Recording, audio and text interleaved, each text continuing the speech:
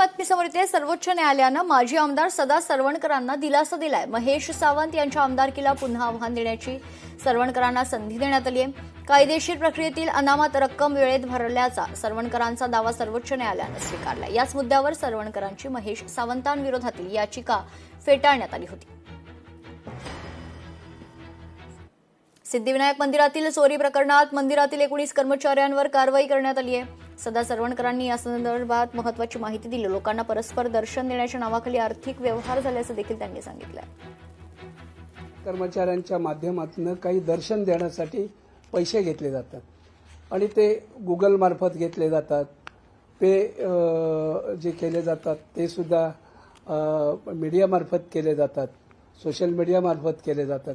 वेगवेगळ्या माध्यमातून ह्या पैशाची इथे कुठेतरी दर्शन देण्यासाठी ही अनियमितता सापडते आणि त्यावेळेला आल्यानंतर मी ताबडतोबच साधारणतः 19 कर्मचाऱ्यांना रंगेहात पकडलं, त्यांच्यावर कारवाई केली, काही दिवस त्यांना सस्पेंड केले आणि त्यांच्याकडे शपथपत्र लिहून घेतलं की यापुढे कुठल्याही प्रकारचे आमच्याकडनं अशा प्रकारचं काही होणार नाही।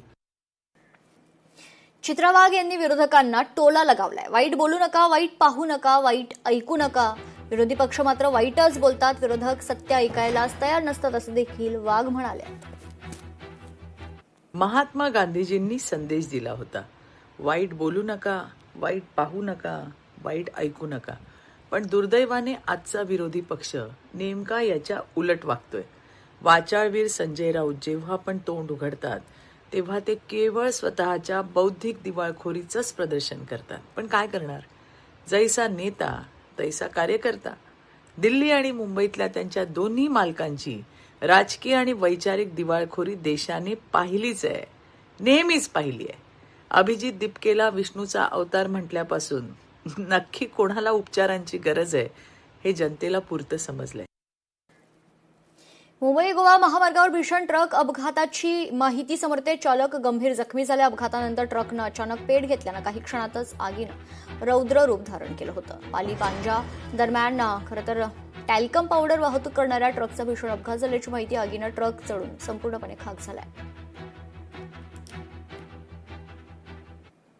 सुरगाणा आणि पेठ तालुक्याला जोडणारा पुलाचा भराव वाहून गेलाय।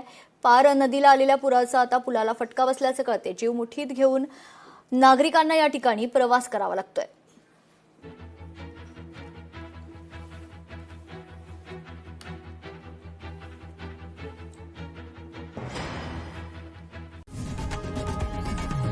लोकशाही मराठी ऐका, पहा, जागरूक रहा।